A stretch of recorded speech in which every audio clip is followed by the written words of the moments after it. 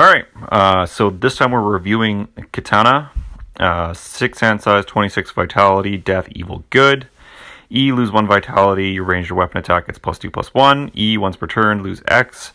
Discard your opponent's attack, and X equals that's printed difficulty. Desperation E, name a card type. If your opponent attempts to block with that type, their block mod gets +2. Okay, so I'm not 100% sure how I totally feel about her, or even how I feel about these abilities.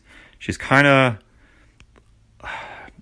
it's strange. So lose 1 vitality, your ranged weapons get +2/+1. So obviously you're running ranged weapons. It's not like there's any shortage of either of those keywords. So that's not going to be too crazy.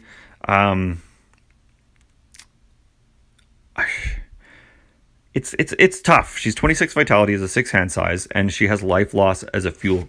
So it makes things awkward where you kind of want to make things work. Like there's other characters that can get speed on things relatively easily, and it's not going to cost them vitality, and it's a little bit less gated. So I don't know.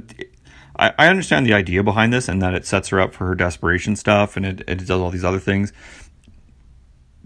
But I don't know, let's keep going. Okay, E, once per turn, lose X, discard an attack, and X equals that printed difficulty. This is going to be amazing, and it's going to be one of her best abilities, if it is I think her best ability, because it's going to shut off those big scaling attacks like cats and anything else that's just going to dunk you all of a sudden, because you can just, slough it off for 4 or 5 damage, which is going to be amazing. That's going to be one of her best abilities. Like that E, lose 1 vitality for +2/+1. I don't know if that's something I'm not going to be wanting to spam that a lot.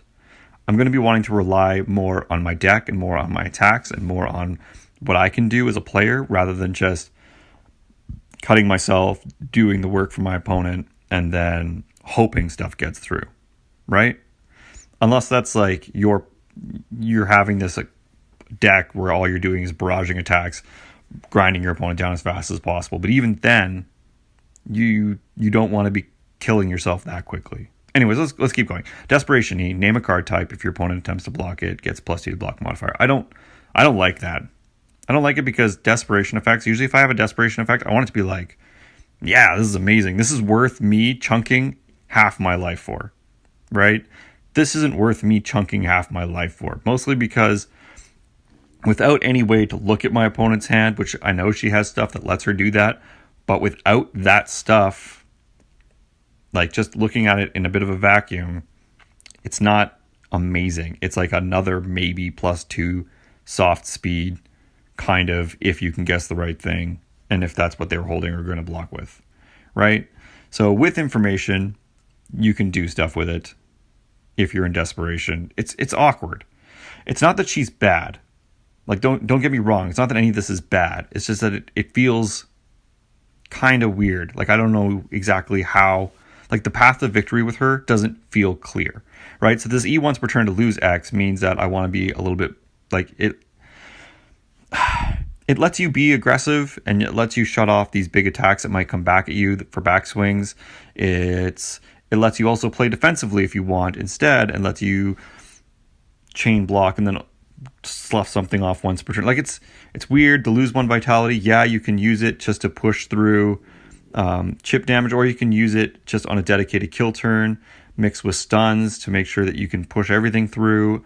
Like the desperation E, again, you're going to want to have stuff that's going to give you information about what's in their hand. Like, I know her kit helps her do all this stuff, but I don't know, like, even on those symbols that she's got, I really don't know if she's the best person to even run her own stuff, because there's other people, even just within Mortal Kombat, that just do an amazing job with the life loss stuff. They do amazing jobs of desperation abilities. Like, she's good, but I don't feel like she's the greatest.